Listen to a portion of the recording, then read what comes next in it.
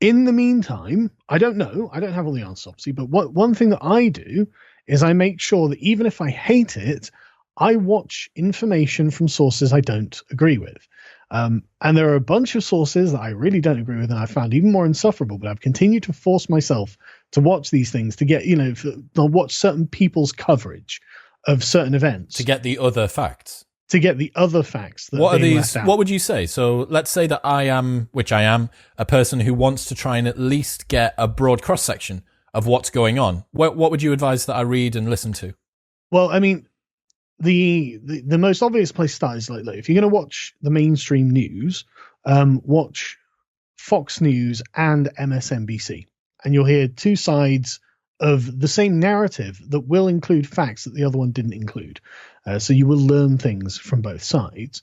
And that's essentially what you've got to do on any subject, any given event. So I find myself, watching like David Pakman or Novara Media, and at the same time watching Sean Hannity and Tucker Carlson. And I don't really like Fox News. I don't really like any of the personalities other than Tucker Carlson, because I think he's actually on the money a lot these days.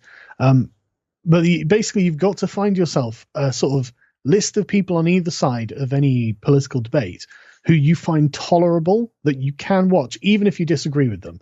You've just got to figure it out, and you've just got to accept that they see the world differently to you, but you still do need to have both of those things. This is something that Hayek pointed out in The Road to Serfdom, that the dangers of totalitarianism, and the reason that totalitarian societies become like they are, is not because of propaganda. In every society, there's propaganda. It's just in a liberal society, there's a plurality of propaganda pulling you in all different directions. So you're introduced to all different kinds of things. So you don't ever get, okay, I only heard one thing, so I believe that's reality, and that's it. Because you see, it makes it so else. messy that it's almost impossible to work out what's going on. Not that it makes it impossible to work out what's going on. It means it's much more difficult to find yourself in a political cult where you've only heard one side of the story, you've never heard the other side. Okay. So you can still, you can find out what's going on from all this plurality of sources.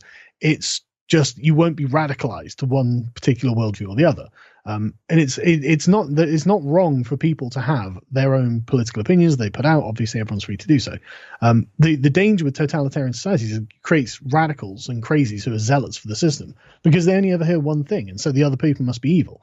And our social media feeds are doing that for us.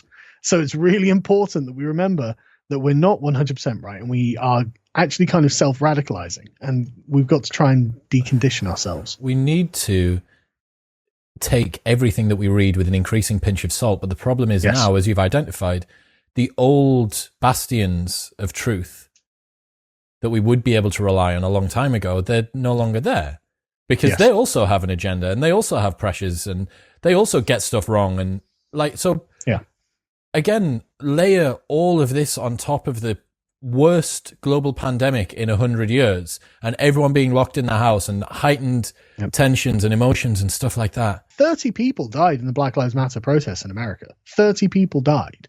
Like, there was videos of guy, this one guy got beaten unconscious, then his teeth kicked in just as he's laying on the floor. Someone punts him straight in the face. And I watched it, I was like, fuck. And 30 police officers in London were injured at the Black Lives Matter protest, and then another 20 when the football lads went down.